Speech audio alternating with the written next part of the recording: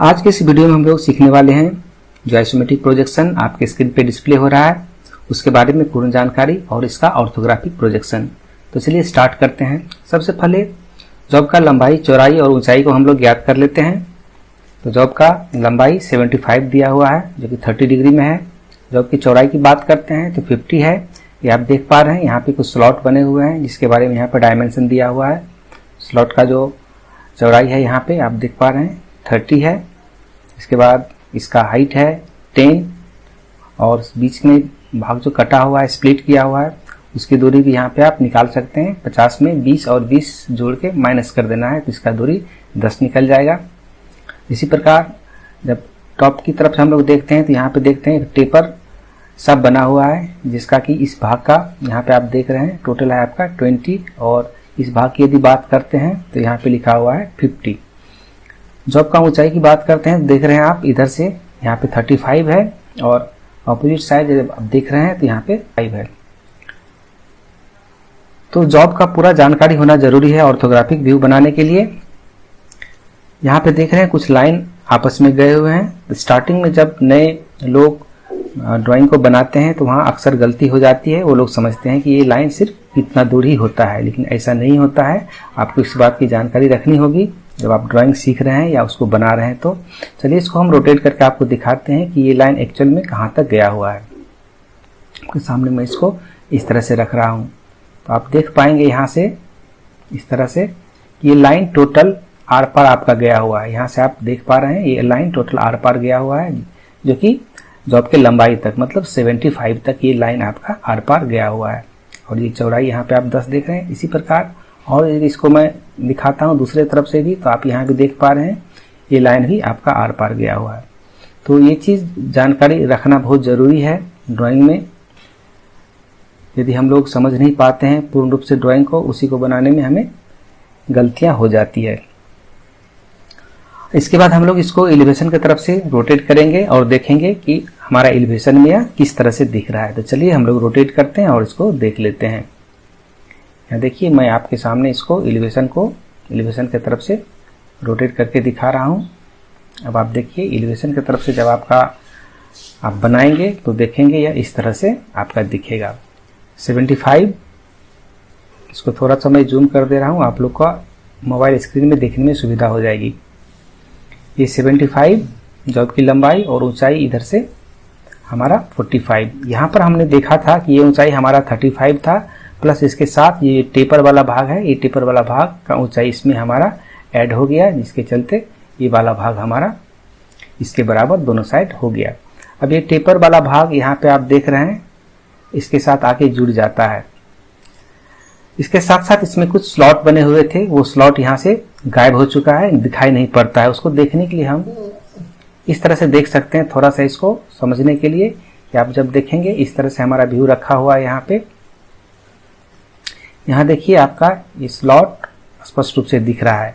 ये जो side view में जो स्लॉट बने हुए हैं वो फ्रंट से देखने के बाद बिल्कुल नहीं दिखता है, लेकिन इसकी मौजूदगी इस ऑब्जेक्ट के अंदर है। इसको दिखाने के लिए हम लोग हिडन लाइन का प्रयोग करेंगे जो कि ऑर्थोग्राफिक व्यू में आप जाकर देखेंगे।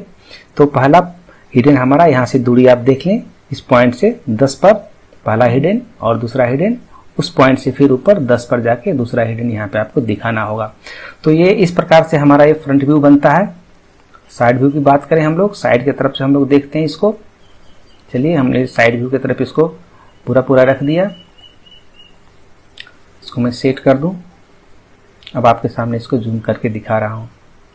यहाँ देखिए आप साइड व्यू की तरफ से जब हम लोग इसको घुमाते हैं तो ये देखिए पूरा आर पार दिख रहा है। ये जो स्ट्रक्चर आप देख रहे हैं सिर्फ इतना ही आपको साइड व्यू में बनाना होता है, जिसका कि सारा दूरी ऑलरेडी यहाँ पे लिखा हुआ है। आप दूरी देख के सिर्फ डिग्री को परिवर्तन करेंगे। 150 डिग्री में लाइन था, उस लाइन को आप 180 डिग्री में कन्वर्ट करेंगे और इस तरह से सारा डायमेंशन को लेते हुए आप बनाएंगे। यहाँ तक आपका 35 था और ये दूरी आपका टोटल 45 है जो कि आप अभी फ्रंट व्यू में देखे थे।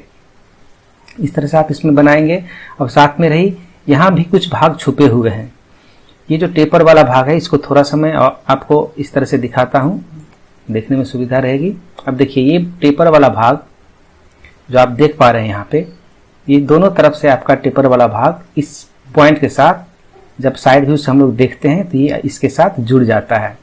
लेकिन इसके अंदर जब इसको हम लोग इस तरह से देखते हैं तो यहाँ पे एक स्लॉट बने हुए हैं, स्लॉट। तो उसी प्रकार स्लॉट इस तरफ से भी बने हुए हैं। मैं इसको रोटेट करके और दिखाने की कोशिश करता हूँ आपको। ये देखिए यहाँ पे स्लॉट इस तरफ से भी बने हुए हैं।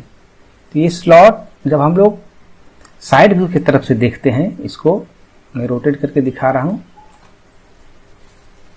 यहाँ से देखिए जब इस तरफ से हम लोग देखते हैं तो वो स्लॉट छुप जाता है। अब यहाँ पे बीच में हमारा एक हिडन लाइन होना आवश्यक है उस स्लॉट को दिखाने के लिए। तो इसको हम लोग साइड व्यू में इस तरह से देखे हैं, जिसमें कि हमारा हिडन लाइन वहां पे बनेगा। इसको आप ध्यान रखिएगा, ये और क्लियर होगा हम लोग ऑर्थोग्राफिक व्यू में जाके देखेंगे। इसी प्रकार हम लोग अब इसको टॉप व्यू की तरफ देखते हैं। टॉप व्यू को सामने रखते हैं हम, आप देखेंगे ये देखिए ये हमारा टॉप व्यू, मतलब ऊपर की तरफ से जब हम लोग देखते हैं तो हमारा प्रोजेक्शन कुछ इस तरह से दिखता है। यहाँ पे आप देखें ये हमारा टिपर वाला भाग और ये नीचे वाला भाग जो था उसको डिफरेंस कलर के द्वारा दिखाए हुए हैं समझने के लिए, और ये वाला भाग। लेकिन इसके अंदर का जो भाग है जो हमने साइड व्यू में देखा था वो भी स्लॉट इसमें बिल्कुल छुपे हुए हैं। तो उस स्लॉट को भी दिखाने के लिए आपको हिडन के रूप में यहाँ पे लाइन दिखाना होगा जो कि 4 होगा। क्यों 4 होगा उसको हम लोग ऑर्थोग्राफिक व्यू के साथ साथ देख लेंगे। ये आपका आइसोमेट्रिक प्रोजेक्शन में आ चुका है। अब हम लोग ऑर्थोग्राफिक व्यू को देखते हैं और समझते हैं।